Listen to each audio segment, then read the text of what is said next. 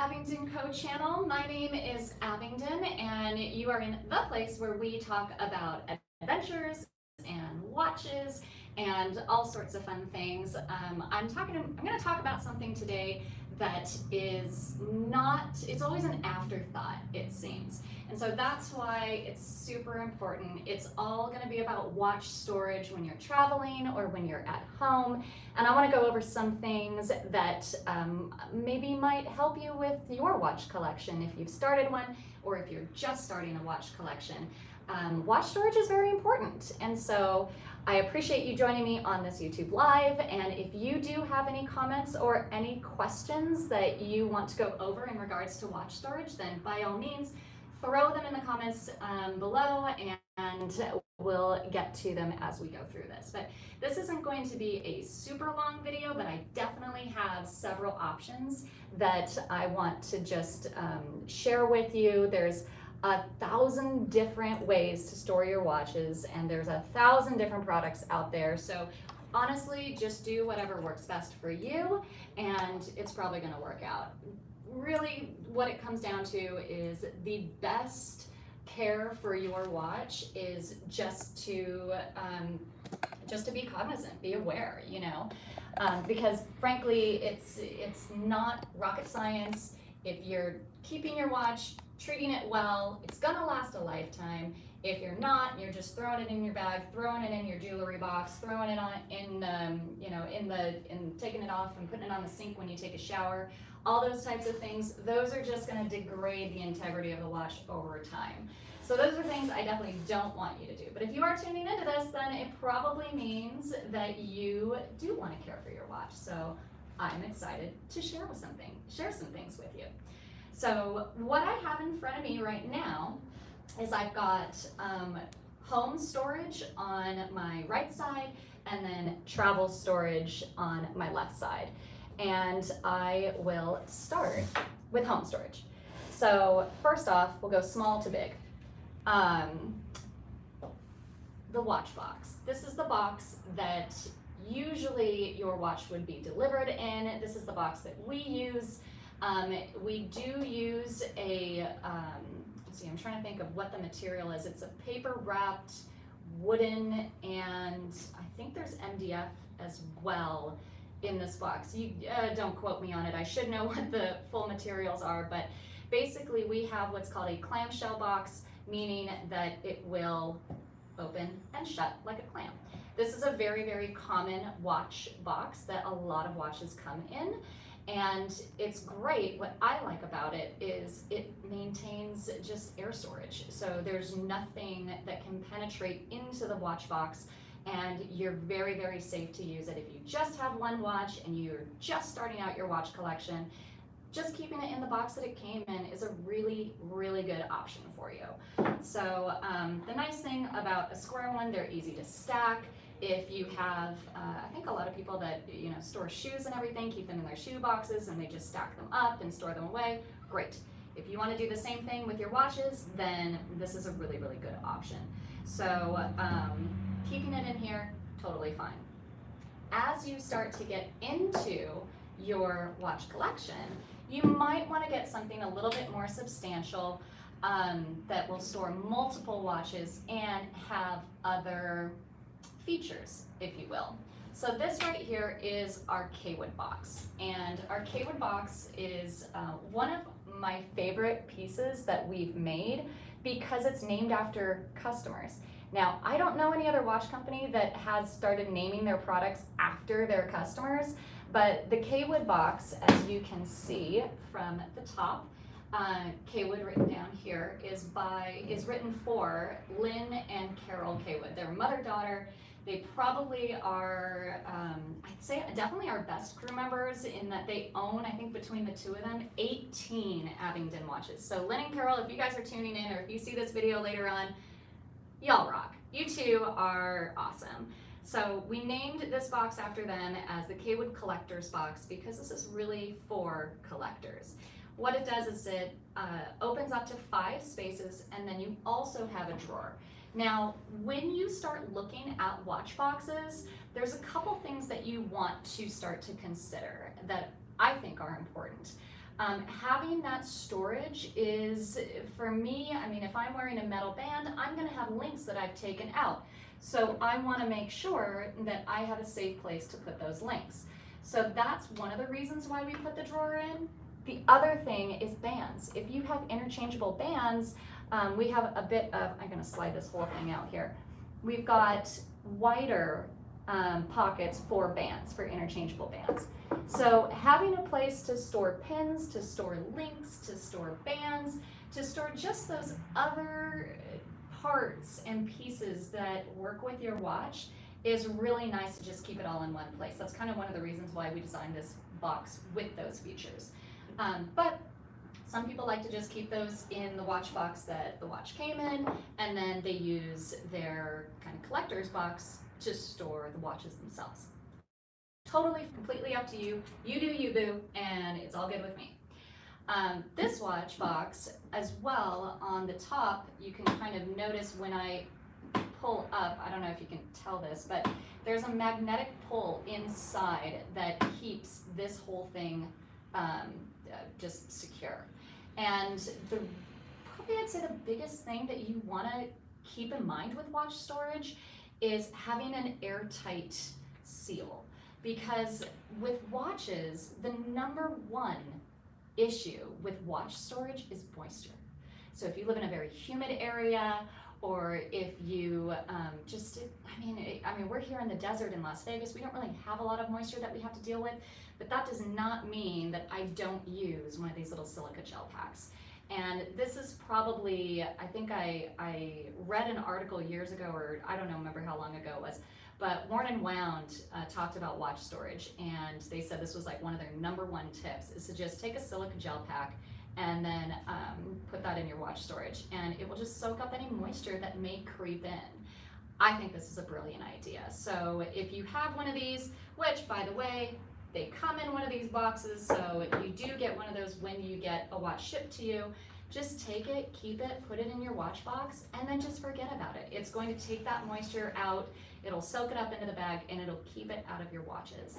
Because the last thing you want to do is open up a watch that has been sitting for a long time, and you find moisture in it, you find rust in it, you find a battery that has, oh, what do you call it? You know, when they, I was just talking about this right before the video. Leaking. Leaking, thank you. Good job, okay, you're awesome, thank you, okay. But yeah, if you have like a leaking battery or anything like that, you definitely want to try and maintain as dry and as even temperatured of an environment for your watches. That is going to help maintain the longevity and the life of the watch. So can't stress that enough. Most watch boxes, they do have pillows. These pillows, some of them are really, really sturdy. They're almost very not flexible. These, we made them very flexible, and the reason being is because you have leather watches, you've got metal watches, and if you have a certain size wrist, you might not be able, like I'm not with my watches because my wrist is so tiny, I might not be able to clamp it. I would not recommend doing what I'm about to show you right now, and that is to secure the watch band around the pillow like this. You're just putting unnecessary strain on the pillow. So what I would recommend doing, especially if you have tiny wrists and your band is just a little bit smaller when it's closed, is just keep it open like this. This is really a nice, it's going to just not put any unnecessary strain. I don't even know how to explain that any further than I did, but hopefully this shows you exactly what I'm talking about. Look at that, I've got 2 silica gel packs in here, awesome. So you've got the pillows, you've got the silica gel.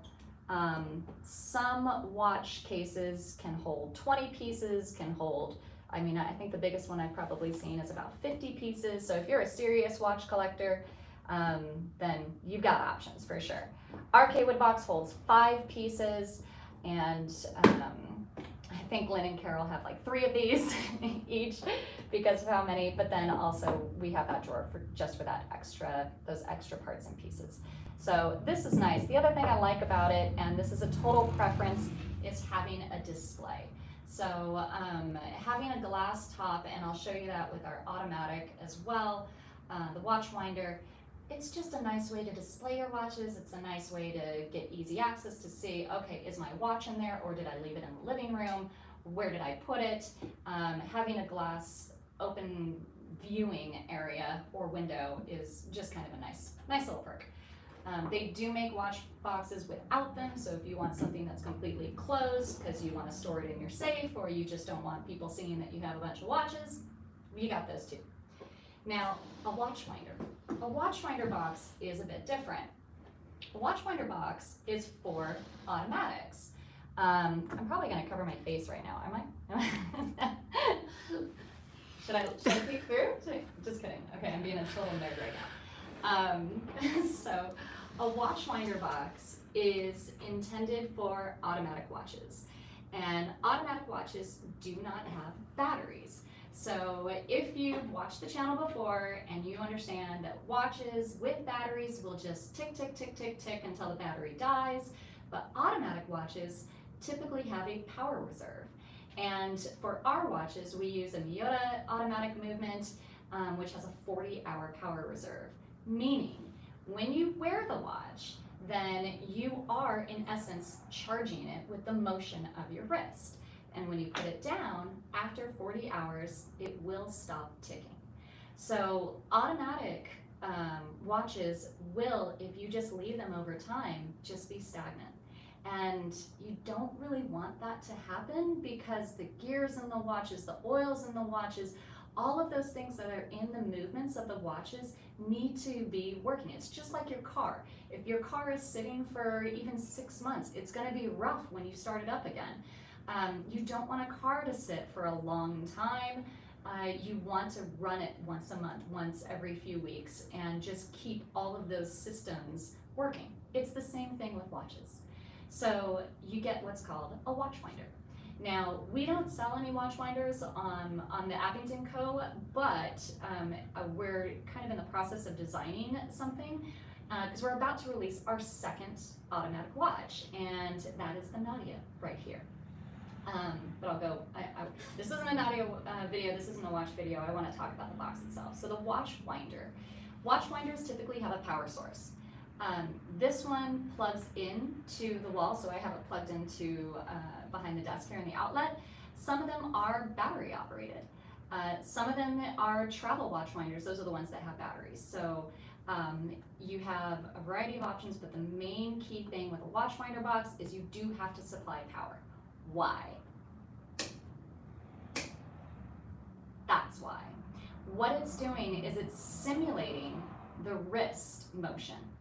So you have, and I have 2 marinas here, and you can see that this one is I have the whole band on it, hasn't been sized, so that's why it's rolling around. So I'm going to actually take this one off. That one needs to have fewer links on it, but when you have it sized to your wrist, then you definitely will have none of that motion around. But if you notice, it's just going to continue working until you flip this power switch off. Some watch winder boxes, they will also have settings where you can set it for 2 hours, 8 hours, or you can just not have a setting on it and just have it run indefinitely. So this is one of the reasons why a watch winder box is really nice to have.